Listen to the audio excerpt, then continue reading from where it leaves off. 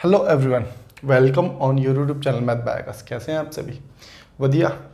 चलते हैं अपनी पीवाई की सीरीज़ को आगे बढ़ाते हैं। ठीक है, इसमें हमने अब तक जो किया है एक बार मैं जल्दी से बता देता हूँ आपको। 2024 में आए हुए सारे पेपर किए हैं, 2023 में टीजीटी पीजीटी के पेपर्स किए हैं, प्लेलिस्ट बनी हुई है। 2019 में हमने मैट्रॉन और जेल वार्डन के, है ना, जैसे मैट्रॉन का पेपर आने वाला है तो आप लोग वीडियो को शेयर कर सकते हो उन विद्यार्थी को जिनका मैट्रॉन का पेपर है, उन्हें पता चल जाएगा कि 2019 में कैसा पेपर आया था। प्लेलिस्ट बना रखी है वार्डर और मैट्रॉन दोनों की। ठीक है, और अभी हम फिलहाल जो बात कर रहे हैं 2022 के पेपर की बात कर रहे हैं, जो जूनियर सेक्रेटरीट असिस्टेंट का है, जेएसए का पेपर है मेरे पास। ठीक है, और इसकी अगर तुम्हें पीडीएफ चाहिए तो पीडीएफ कब डाली? कल डाली है हमने, है ना। टेलीग्राम चैनल पर पड़ी है और टेलीग्राम का लिंक डिस्क्रिप्शन में है। ठीक है, तो टेलीग्राम लिंक को ज्वाइन कर लो क्योंकि इसमें पीडीएफ में डालता रहता हूँ। ठीक है, जितनी भी टीजीटी पीजीटी की हो गई या फिर DEET+B के जितने भी एग्जाम होते हैं ना, उन सब की पीडीएफ आपको इस टेलीग्राम चैनल पर मिल जाएंगी। ठीक है, तो टेलीग्राम को ज्वाइन कर सकते हैं आप लोग। इतनी बात क्लियर है। और साथ ही साथ मैं आप लोगों को ये भी बताना चाहता हूँ, जैसे किसी को लगता है कि मैथ में स्कोर नहीं आ रहा, ठीक है, या जिसकी भी मैथ ठीक नहीं है उसकी बात कर रहे हैं। ठीक है, स्कोर अगर करना है तो देखो अब तक कम से कम शायद क्लास नंबर ये कितनी है, 45 क्लास नंबर है ना, 45 या 46 होगी, है ना, ऐसी कुछ होगी। तो अब देखो, अब हम करने लगे इसमें 10-10 क्वेश्चन, इससे पहले 20-20 क्वेश्चन किए हैं, तो करीब 800 से 900 क्वेश्चन तक हम लोग कर चुके हैं। अगर किसी ने सारी वीडियो को तरीके से सिस्टमेटिक तरीके से देख लिया ना, तो मैथ में एक अच्छा खासा स्कोर बन जाएगा। देखो, मैं ये नहीं कहता कि पूरे 20 में से 20 या 40 में से 40 आ जाएंगे, और ऐसा भी नहीं है कि नहीं आएंगे, ये याद रखना। ठीक है, लेकिन उसके लिए थोड़ा सा आपको खुद भी एफर्ट लगाने पड़ेंगे। हाँ, लेकिन अगर वीडियो को देख के नोट्स बनाना चाहते हो, चीज़ों को तरीके से करना चाहते हो, तो 16, 17 और 18 तक भी नंबर आ सकते हैं। ठीक है, बचे हुए 2-3 नंबर के लिए उसके लिए एक्स्ट्रा एफर्ट लगानी पड़ेगी, वो भी आ जाएंगे। ठीक है, लेकिन ऐसा नहीं है कि तुम सोचो कि ऐसे ही आ जाएंगे, तो ऐसे भी नहीं आने वाले। ठीक है ना, बेवजह मैं आपको झूठा दिलासा दे दूं कि नहीं ऐसा होगा, ऐसा नहीं होगा। ठीक है ना, तो अगर सिस्टमेटिक तरीके से आप सारी वीडियो को देखोगे, वीडियो नहीं भी देखते ना, तुम PYQ कर लो भाई, कहीं से भी मिलते हो, कैसे भी मिलते हो, PYQ कर लो तुम बस। ठीक है, PDF से कर सकते हो, PDF से कर लो, मत करो वीडियो से, PYQ कर लो, साथ ही साथ फिर मॉक टेस्ट लगा लो। ये 2 चीज़ कर लो, एंड ऑफ द पॉइंट यही काम आने वाला है। आपको सच्चाई बताई जाए तो, कि PYQ करना और मॉक टेस्ट लगाना। ठीक है, अदरवाइज सिलेबस करते रह जाओगे, कभी सिलेबस पूरा नहीं होगा। ठीक है, और इन स्टेजों तक कभी आओगे नहीं। एक चैप्टर करोगे तो लगेगा कि दूसरा भूल गए, दूसरा किया तो लगेगा कि पहला फिर से भूल गए। ठीक है, तो मुझे ऐसा लग रहा था कि कुछ चीज़ें ये बतानी ठीक रहेंगी आप लोगों को, थोड़ा थोड़ा बीच बीच में गाइड कर देना ठीक रहता है। ठीक है, बात बाकी आपकी मर्जी, अगर आपको समझ आती हैं चीज़ें तो ठीक है, नहीं आती तो और भी ठीक है, क्या दिक्कत हैगी। ठीक है, तो चलते हैं सीधे काम की बात पर, टाइम वेस्ट नहीं करते। नंबर 1 में क्या दिया गया है, 252 से पूर्णतः विभाज्य 5 अंकों की सबसे छोटी संख्या क्या होगी। तो देखो, 5 अंकों की सबसे पहले तो हमने सबसे छोटी संख्या लिख ली, 3 3 2 5, ये हो गई हमारे पास कितनी, 10,000। 5 अंकों की सबसे छोटी संख्या, इसको 252 से डिवाइड कर देते हैं। ठीक है, 252 से इसको डिवाइड कर देते हैं, तो जाएगा ये कितना, 3 बार जाएगा, है ना, 3 बार जाएगा, 6 और 75। ठीक है, और ये बचेगा अब इसमें कितना, 244। 244 ऊपर से ले लिया हमने, और ये जाएगा अब आपका लगभग 8 बार, 25 8 200, 9 बार भी तो जा सकता है हमारे पास, 9 9 दूनी 18 का 8 आ गया, 25 ने 225, 225 और 226, 226। ठीक है, रिमेनिंग जो बचेगा, यहाँ 2 बचेगा और यहाँ बचेगा 3, 4 3 7। ठीक है, और यहाँ जो बचेगा 172। बस, अब एक चीज़ देखो, अगर इस संख्या से इसको डिवाइड करना है तो इसमें से 10,000 में से 172 को माइनस कर देते हैं, तो पूरी तरह ये कट जाएगा। लेकिन एक चीज़ देखो, जैसे ही 10,000 में से 172 माइनस होगी तो क्या ये 5 अंकों की संख्या बचेगी? नहीं जी, ये 5 अंकों की संख्या नहीं रहेगी, फिर ये 4 अंकों की हो जाएगी। लेकिन हमें तो 5 अंकों की चाहिए, कोई दिक्कत नहीं है। अगर इसमें 172 में भाई 252 से कितना कम है ये देख लेते हैं ना। 36 और 52 कितना होता है? 200, अरे माइनस ही कर लो जिससे कि समझ आ जाएगा ना सबको। 0 और 80, तो इसका मतलब अगर इसको 80 दे देते हैं, इसको अगर हम 80 दे देते हैं तो ये पूरी तरह कट जाएगा। तो इसका मतलब सीधी सी बात है जी, इसको 80 दे दिया हमने, इसको 80 दे दिया, 10,080 आप लोगों का आंसर हो जाएगा। 5 अंकों की सबसे छोटी संख्या यह होने वाली है। बहुत आराम से तसल्ली से समझा रहा हूँ। फिर भी किसी को डाउट बन रहा है तो कमेंट बॉक्स में कमेंट करके बताएगा। ठीक है, चलेंगे नेक्स्ट क्वेश्चन की ओर। क्वेश्चन नंबर 2 की ओर चलते हैं, है ना। ठीक है, 2 की ओर। 2 में क्या दिया गया है आप लोगों को देखते हैं। कह रहा है कि वह सबसे बड़ी संख्या क्या है जो 122 243 से विभाजित करने पर 2 और 3 से शेषफल बचाती है। तो देखो यहाँ लिखना है आपको कितना, 122, और यहाँ लिखते हैं 243 बोला है ना, 243। ठीक है, तो 243 कर देते हैं, 243। अब इसमें से देखो रिमाइंडर 2 बचाना है तो 2 माइनस करो, इसमें से 3 बचाना है तो 3 माइनस कर दो, ये बचेगा 120, ये बचेगा 240। अब देखो छोटी से छोटी संख्या बतानी है, सॉरी बड़ी से बड़ी संख्या बतानी है, तो इसका मतलब इसका एचसीएफ निकालना पड़ेगा हमें। ठीक है, इसका एचसीएफ कितना हो जाएगा? 120। बात क्लियर है?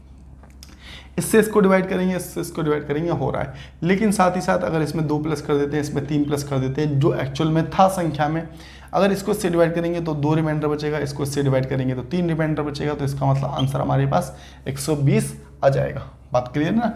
तो जो संख्या दे रखी है उसको माइनस कर लेते हैं, बची हुई संख्या का एचसीएफ ले लेते हैं, जो एचसीएफ होता है वही आंसर हो जाता है। चलेंगे अगले क्वेश्चन की और देखो क्या दिया गया है अगला क्वेश्चन। और क्वेश्चन को अगर आपको थोड़ी मोड़ी मैथ आती है ना, वीडियो को रोक के खुद से करने की कोशिश करो, फिर उसके बाद सॉल्यूशन देखो, बहुत अच्छा समझ आएगा।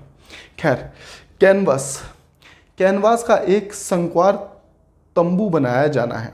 ठीक है, कैनवास का मतलब एक आप कह सकते हो कि एक चादर टाइप का, ठीक है, एक मटेरियल है जिससे एक तंबू बनाया जाए। तंबू समझते हो ना, टेंट वगैरह जैसे बनते हैं। और टेंट का जो शेप है इसमें कैसे बताया गया है, एक शंकु आकार, मतलब कि एक कोन के आकार का ऐसा एक बनना है। ठीक है, जैसे वो खेल वगैरह दिखाते तुमने देखा होगा, या फिर वैसे ही देखा होगा ना, है ना। एक शंकु का एक आकार बनाना है। ठीक है, इसकी त्रिज्या जो दे रखी है आपको, रेडियस, यहाँ से यहाँ तक की दूरी जो दे रखी है, आर की वैल्यू 14 दे रखी है, और इसकी ऊंचाई जो आपको दे रखी है एच की वैल्यू क्वेश्चन में आपको दी गई है कितनी, 48। एच की वैल्यू आपको 48, इसकी वैल्यू 48 दी गई है। बात क्लियर है? एल की वैल्यू हमें नहीं पता। ठीक है ना, स्लैंट हाइट बोलते हैं एल को, इसका तिर्यक ऊंचाई कहते हैं। ठीक है, तो कैनवस की चौड़ाई दे रखी है और कैनवस कितने मीटर कैनवस की आवश्यकता होगी। यहाँ पर क्वेश्चन में इसे बोलना चाहिए था, इसमें मिसिंग है वैसे, कितने मीटर लंबे कैनवस की आवश्यकता होगी। बात क्लियर है? आ जाओ। देखो इसका मतलब है अगर आपको ऐसा कुछ बनाना है, कौन बनाना है, और आप तिरपाल समझते हो ना, तिरपाल लेके आ गए, है ना। और तिरपाल जो हैगी वो आयताकार है, क्योंकि उसने लंबाई दे रखी, उसने चौड़ाई दे रखी है, लंबाई नहीं दे रखी है, लंबाई हमें निकालनी है। तो इसका मतलब हमें यहाँ से पता चल गया कि वो किस शेप में है, आयताकार शेप में है। ठीक है, तो इसका मतलब है कि L/B, ये बात कर रहे हैं तिरपाल की। अगर हम बात करेंगे कौन की, तो ये होता है कितना, πRL। ठीक है, πRL। देखो πRL क्या बताया मैंने, ये बताया CSA of cone, CSA of cone, curved surface area of cone. Hindi में बात करें तो पृष्ठ क्षेत्रफल, पृष्ठ क्षेत्रफल किसका, एक कॉन का। ठीक है, बात क्लियर है? ठीक है, तो ये दोनों चीज़ें बराबर होंगी क्योंकि इसी से तो ये इसको बनाया गया है, तो ये दोनों चीज़ें बराबर रखती है हमने, कोई दिक्कत नहीं है। यहाँ हो गया 22/7। आर की वैल्यू हमें दे रखी थी कितनी, 14, लेकिन एल की वैल्यू नहीं पता हमें। अब यहाँ दिक्कत हो रही है, तो इसका मतलब एल की वैल्यू निकालने के लिए आप लोगों को मैं थोड़ा डिटेल में बता देता हूँ कि ये राइट एंगल ट्राइंगल है, यहाँ पर एक राइट एंगल ट्राइंगल बन रहा है, यहाँ 90 डिग्री है, इसकी वैल्यू हमें 48 दे रखी है और इसकी वैल्यू हमें 14 दे रखी है, इसकी वैल्यू हमें निकालनी है। बात क्लियर है ना। तो इसका मतलब क्या होता है, लंब का स्क्वायर और आधार का स्क्वायर बराबर होता है कर्ण के स्क्वायर के, ठीक है। लेकिन देखो अब यहाँ 48 है, यहाँ कितना है 14, तो ऐसा मत करना कि इसका स्क्वायर करो इसका स्क्वायर, इसको रेशो में काट लो। जैसे 2 से काट दिया तो 2 सत्ते 14, 2 से काटा तो 24, बात क्लियर। 7 24 25 का ट्रिपलेट होता है, अपने दिमाग में ये बात रख लेना, 7 24 25 का। अब इसका मतलब ये हो गया कि 24 का स्क्वायर प्लस 7 का स्क्वायर बराबर होगा किसके, 25 के स्क्वायर के बराबर होगा। बात क्लियर है। अब देखो यहाँ मल्टीप्लाई हमने 2 से काटा था तो मल्टीप्लाई 2, यहाँ पर भी मल्टीप्लाई 2, यहाँ पर भी मल्टीप्लाई 2, यहाँ पर भी कर देंगे तो 25 दूनी 50। इसका मतलब इसकी जो वैल्यू आ गई 50 निकल करके आ गई। क्या बात मेरी आप लोगों को समझ आ रही है? समझ आ रही है तो बोलो हाँ, और नहीं आ रही समझ तो और तेज बोलो कि हाँ समझ आई। बात क्लियर है। अब आगे चलते हैं, ठीक है। तो यहाँ से L की वैल्यू हमारे पास आ गई 50, L की वैल्यू हमारे पास 50 हो गई। और L इंटू बी हमारे पास कितना दे रखा था, ये 8 दे रखा था और चौड़ाई दे रखी थी, लंबाई हमें निकालनी है बस। अब कुछ भी नहीं करना, 7 दूनी 14, 2 चौक 8, 2 दूनी 4, 2 से काटा 11 और 2 से काटा 25, 25 से कम 25 और 25 से कम 25, 275 मीटर। कितना आ गया, 275 मीटर आपका आंसर हो गया। तो उम्मीद करते हैं कि इतनी बात आप लोगों को समझ आ गई होगी। 275 क्या आ गई, इसकी लेंथ निकल करके आ गई, इसकी लंबाई निकल करके आ गई, ठीक है। वीडियो को आगे पीछे करके देख सकते हैं, समझ आ जाएंगी चीज़ें। चलेंगे नेक्स्ट क्वेश्चन की और क्वेश्चन नंबर 4 की बात करेंगे हम, ठीक है। बेहद आसान क्वेश्चन है। दो संख्याओं का अनुपात दे रखा है आपको 7:8, 7:8, ठीक है। इनका एचसीएफ देखो, 7 और 8 का एचसीएफ कितना है, 1 है। 1 की वैल्यू उसने क्वेश्चन में दी गई है कि इनका एचसीएफ है 11, तो 1 की वैल्यू 11। इसमें बड़ी संख्या पूछी है, देखो 1 की वैल्यू 11 तो मतलब कि 8 की वैल्यू कितनी आ गई, 88 आ गई। 7 की वैल्यू पूछता तो 7 की वैल्यू कितनी, 77, 77 हो जाती। लेकिन उसने बड़ी संख्या पूछी है तो 88 हम लोगों का आंसर हो जाएगा। देखो क्वेश्चन में क्या कहा गया है, क्वेश्चन नंबर 5 में x का 10%, तो x का 10% बराबर होना चाहिए किसके, y का 16%, y का 16%, x का 10%, y के 4%, y का 4%, है ना। अब इसको काट लो, 2 पंजे 10, 2 दूनी 4, तो यहाँ से x की जो वैल्यू है वो हमारे पास 2 हो जाएगी, y की जो वैल्यू है हमारे पास कितनी हो जाएगी, y की वैल्यू 5, आमने सामने वाली होगी, है ना। ये तो मल्टीप्लाई में है, ठीक है, तो ये हो जाएगा 5, y की वैल्यू 5 आ गई, ये y की वैल्यू होगी। बात क्लियर है। कह रहा है कि x का 16%, अब ये बराबर और लगा दो, x का 16% y के कितने परसेंट के बराबर होगा, तो इसको काट दो, 5 3 15, 5 दूनी 10, 32 दूनी 64, तो ये आ गया 6.4 बराबर किसके, y का पूछा था, तो ये आपका आंसर हो जाएगा। किसके बराबर होगा, 6.4 के बराबर होगा। ऑप्शन में है क्या, हाँ हैगा, बिल्कुल ठीक है। तो उम्मीद करते हैं कि ये बात भी आप लोगों को समझ आ गई होगी। चलेंगे क्वेश्चन नंबर 6 की और देखते हैं कि क्वेश्चन नंबर 6 में क्या दिया गया है। क्वेश्चन नंबर 6 थोड़ा ठीक है ना, ध्यान से देखना। ये दिया हुआ है आपको माइनस का 4.58 के ऊपर बार दिया गया हैगा, ठीक है। और यहाँ पर माइनस दिया गया है आपको कितना, 0.64 और प्लस 0.3 दिस, इनके ऊपर बार दिया है, ये दोनों के ऊपर बार है, ठीक है। ये क्वेश्चन है, बात क्लियर है। अब एक चीज़ देखो, इसको जब निकालेंगे हम तो ये आएगा 5, 88, इसको बार था भाई, है ना। 88/99, जितनी संख्याओं के ऊपर बार होता है उतनी संख्या नीचे आ जाती हैं, और जो पॉइंट से पहले की संख्या होती है उनको एक तरफ लिख लेते हैं हम, ठीक है ना। तो ये 4 और ये हो गया 58 के ऊपर कितना, 99। बात क्लियर है। तो यहाँ से तो इसको इतना ही रहने दो, अभी इसको और देख लेते हैं एक बार। तो इसको जोड़ेंगे, ठीक है, जोड़ो मत पहले, 64 इसके बदले 99 प्लस 36/99, जितनी संख्या को बार होता है उतने 9 आ जाते हैं नीचे। बात क्लियर है, ठीक है। पहले भी ये क्वेश्चन कई बार कराया है, डिटेल में करा रखा है पहले, ठीक है। पहले की वीडियो को देखोगे तो और ज़्यादा ठीक समझ आ जाएगा।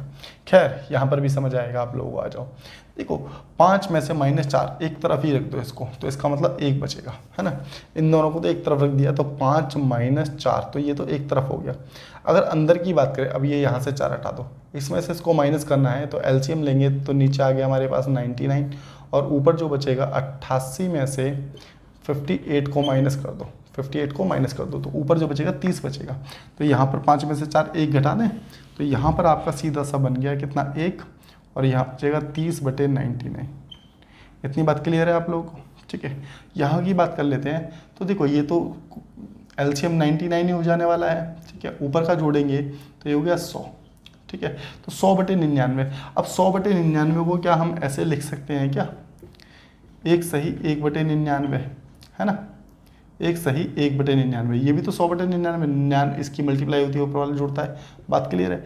अब देखो ये ब्रैकेट में था, जब ब्रैकेट हटेगा ये माइनस का साइन अंदर जाएगा। अब ये माइनस का हो गया, किसका हो गया, माइनस का हो गया पूरा का पूरा। अब देखो ये 1 से तो 1 कैंसिल आउट ही कर दो यहाँ से। ठीक है, अब 30/99 को माइनस करना है आपका 1/99 से। ठीक है, अब यहाँ से इसको हटा दो, बस कुछ भी नहीं बचा, अब हमारे पास ये बचा है।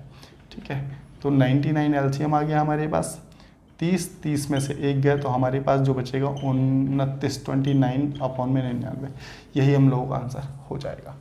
तो ठीक क्वेश्चन था। क्वेश्चन नंबर 6 कंप्लीट हो चुका है। चलेंगे 7 की ओर और देखते हैं कि 7 में क्या दिया गया है।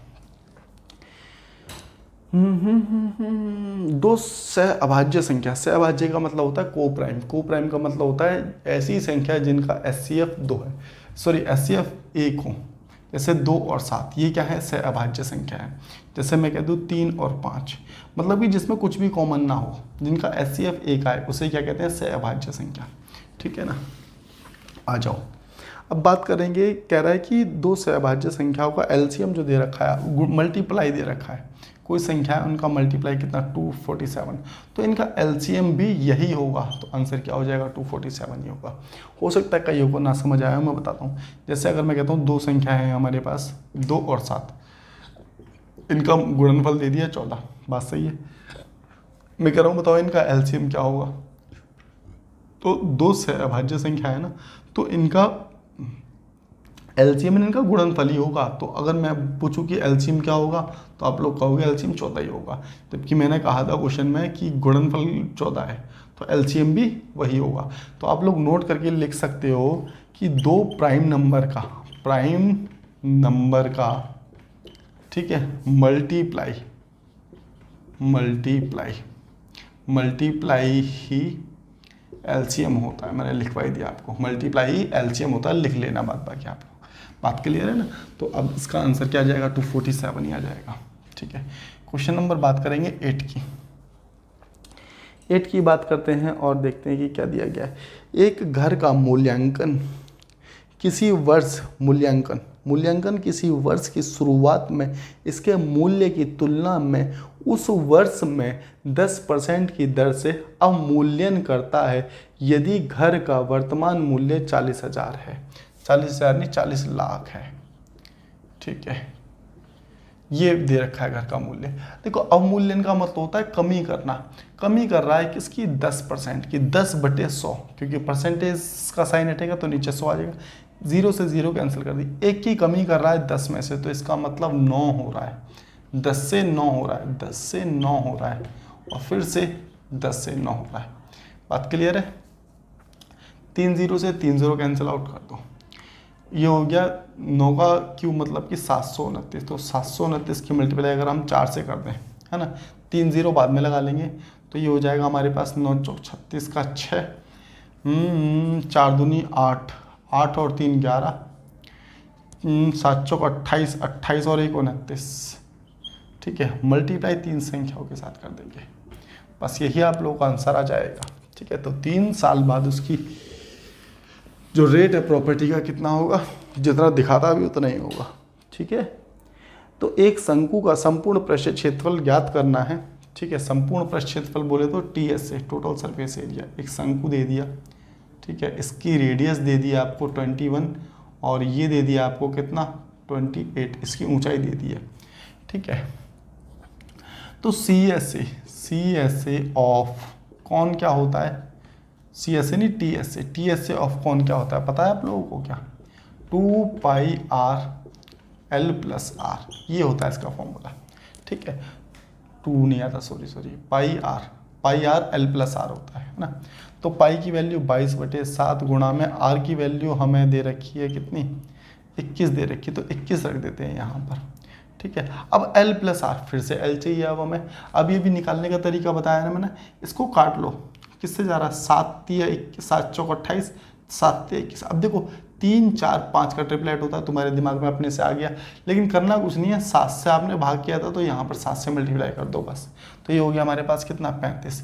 तो ये हमारे पास ये L आ गई 35, L की वैल्यू 35 आ गई, और R की वैल्यू हमें दे रखी है कितनी, 21। तो ये दोनों को जोड़ेंगे तो कितना हो जाएगा, 56। बात क्लियर है। तो 7 या 21, ठीक है। तो 66 की मल्टीप्लाई 56 के साथ और करनी है, अब हमें इसकी मल्टीप्लाई इसके साथ करनी है, जो भी होगा 6 6 36, 6 6 36, 36 और 3 कितना होता है, 39, और ये हो गया 330, है ना।